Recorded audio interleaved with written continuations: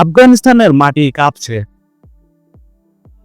একদিকে সোভিয়েত ইউনিয়নের ট্যাঙ্কের গর্জন, অন্যদিকে একদল লোক গুহায় বসে আল্লাহু আকবার বলে রাইফেল তাক করছে। এটা কি যুদ্ধ, নাকি দাবার ছকে সাজানো ইতিহাসের সব থেকে বড় খেলা? আরে যুদ্ধ এমন একটি দানবকে সৃষ্টি করেছিল যে দানবকে দেখে বর্তমানে পুরো বিশ্ব কাঁপছে। আফগানিস্তান নামের সঙ্গে জড়িয়ে রয়েছে যুদ্ধ, রক্ত আর কূটনীতি। এটা শুধু একটা দেশ নয়, এটা একটা টানেলের মতো যার ভেতর দিয়ে যেতে চায় পৃথিবীর সবগুলো পরাশক্তি, হোক সে রাশিয়া বা আমেরিকা।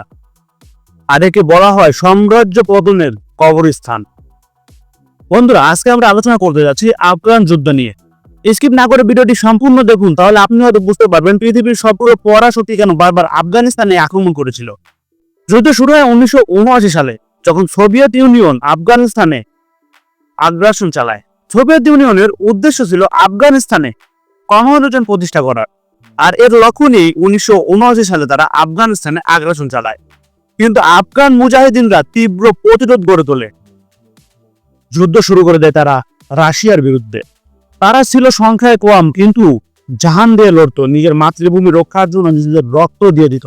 আর তাছাড়াও তাদের পেছনে ছিল এক অদৃশ্য শক্তি, আর সেই শক্তি এতটাই শক্তিশালী ছিল যে তার সামনে অন্য কোনো শক্তি বর্তমানে টিকতে পারে না। বন্ধুরা, একটা কথা আপনারা মাথায় রাখবেন, বাংলাদেশে যখন পাকিস্তান আগ্রাসন চালায় তখন কিন্তু বাংলাদেশকে পিছন থেকে সহযোগিতা করেছিল ভারত, এবং সেটা কিন্তু এমনি এমনি করেনি। তাদের যে লক্ষ্য ছিল, যে উদ্দেশ্য ছিল, বাংলাদেশকে স্বাধীন হওয়ার পর থেকে এখনো পর্যন্ত তারা সেই সুবিধাটা ভোগ করেছে।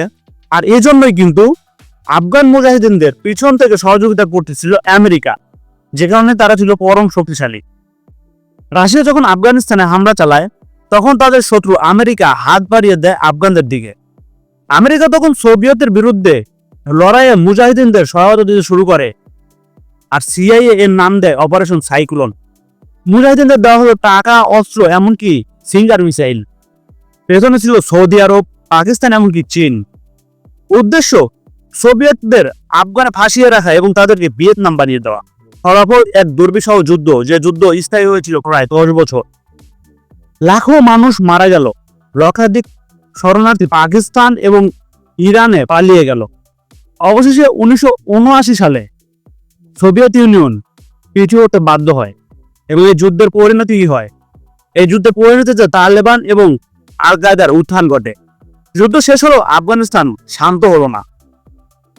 যাদেরকে অস্ত্র দেওয়া হলো তারাই বিভক্ত হয়ে গেল। কারো মাথায় তালিবানি চিন্তা, তো কারো মাথায় জিহাদি চিন্তা ভাবনা। এরপরে 1996 সালে তালেবান সরকার ক্ষমতায় আসে, কিন্তু এই পুরো বিষয়টি আল কায়দা কোনোভাবেই মেনে নিতে পারে না। আর তারপরে শুরু হলো আল কায়দার নাটকীয় একটি অভিযান। 2001 সালের 11 সেপ্টেম্বর একটা সকাল, এটা বদলে দেয় পুরো পৃথিবীর ইতিহাস। আকাশ ছিল নীল, মানুষ ছিল অফিসে, কেউ স্কুলে, কেউ বা কফির কাপ হাতে রাস্তার মোড়ে দাঁড়িয়েছিল। ঠিক তখনই নিউ ইয়র্কের বুকে ঝাঁপিয়ে পড়ে দুটি বিমান, উড়ে গিয়ে ভেঙে পড়ে ওয়ার্ল্ড ট্রেড সেন্টার টুইন টাওয়ারে। চোখের সামনে হাজার হাজার মানুষ পুড়ে মরে, অনেকে ধ্বংসস্তূপের নিচে চাপা পড়ে।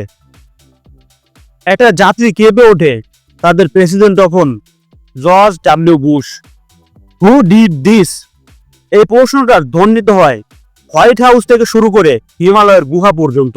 আর তখনই উঠে আসে একটি নাম, ওসামা বিন লাদেন। ধনী সৌদি পরিবারের একজন সন্তান, কিন্তু তার মাথায় আমেরিকানদের বিরুদ্ধে তীব্র রাগ, তীব্র ক্ষোভ। আমরা হয়তো সবাই এটাই মনে করি যে ওসামা বিন লাদেন পাকিস্তানের একজন নাগরিক ছিলেন, কিন্তু আমরা এটাই জানি না যে ওসামা বিন লাদেন ছিলেন একজন সৌদি নাগরিক। বন্ধুরা, তোমরা যদি চাও তো ওসামা বিন লাদেনকে নিয়ে একটি সম্পূর্ণ ভিডিও তৈরি করা যাবে। ভিডিওটি চাইলে অবশ্যই কমেন্টে তোমরা বলতে পারো। মূল গল্পে ফেরা যাক। বিন লাদেন শুধু একজন সন্ত্রাসী না, তিনি এক সিম্বল হয়ে ওঠে মুসলিম বিশ্বের কিছু চরমপন্থীর কাছে। সে বলেছিল, আমরা যুদ্ধ করব সেই সকল শয়তানদের বিরুদ্ধে যারা আমাদের জমি দখল করেছে। 9/11 পর আমেরিকার সিদ্ধান্ত একটাই, we will hunt him down dead or live. সেই সিদ্ধান্তে 2001 সালের অক্টোবরে আমেরিকা হামলা চালায় আফগানিস্তানে। and military installations of the Taliban regime in Afghanistan. যেই আমেরিকা আফগানিস্তানকে সহযোগিতা করেছিল, এখন সেই আফগানিস্তানে হামলা চালায় তালিবান সরকার পতন করার জন্য। কেননা তালিবান আল কায়দাকে আটকাতে পারেনি, যে কারণে আল কায়দা আমেরিকায় হামলা করে বসে। বোমার পর বোমা ফেলা হয় কাবুল, কান্দাহার আর জালালাবাদে। তাদের লক্ষ্য ছিল একটাই, আল কায়দা ধ্বংস, ওসামা বিন লাদেন নিধন।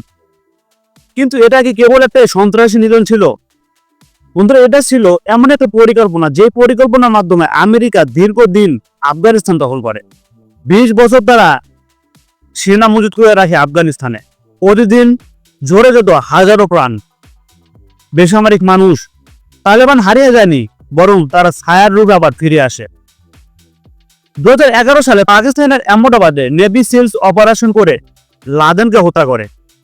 মিশন সফল, কিন্তু প্রশ্ন থেকে যায় 20 বছর কত মানুষ মারা গেল, কত শিশু এতিম হলো, কত ঘর ভাঙলো, আর আফগানরাই বা কি পেল? 2021 সালে আমেরিকা আফগানিস্তান ত্যাগ করে চলে যায়। তালিবান আবার ক্ষমতায় আসে, দুনিয়া জানে এক পুনরাবৃত্তিতে ফিরে যায়। 20 বছর পরে আবার সে আফগানিস্তান, যেখানে নারীরা আবার বোরকার নিচে বন্দী, যেখানে শিক্ষা আবার শত্রু। তাহলে প্রশ্ন করতেই হয়, এই যুদ্ধ কি কেউ জিতেছিল? লাদেন মরে গেছে, তালেবান ফিরে এসেছে, আর আফগানরা আজও জ্বলছে আগুনে। যুদ্ধ দিয়ে কি আদৌ কিছু অর্জিত হয়? একদিন যারা স্বাধীনতার সংগ্রামী ছিল, তাদের মধ্যে কেউ সন্ত্রাসী হয়ে ওঠে। আবার যারা দানব তৈরি করেছিল, এখন তারাই সেই দানবের ভয় কাঁপছে। যুদ্ধ শুধু ধ্বংস আনে, সামরিক জয়ের জন্য যে আগুন জ্বালানো হয়, তা এদের নিজেদেরই জ্বালিয়ে শেষ করে দেয়। বন্ধুরা, আফগানিস্তান শুধু একটা দেশ নয়, এটা এমন একটা পাঠশালা যেখানে পৃথিবীর বড় বড় শক্তিরা এসেছে, ভুল করেছে, শিখেছে, আবারও ভুল করেছে। ইতিহাস ভুলে গেলেও ইতিহাস কখনো ভুলতে দেয় না। বন্ধুরা, ভিডিওটি ভালো লাগলে লাইক করো, চ্যানেলটি সাবস্ক্রাইব করো এবং ভিডিওটি শেয়ার করে আরো 10 জনকে দেখার সুযোগ করে দাও।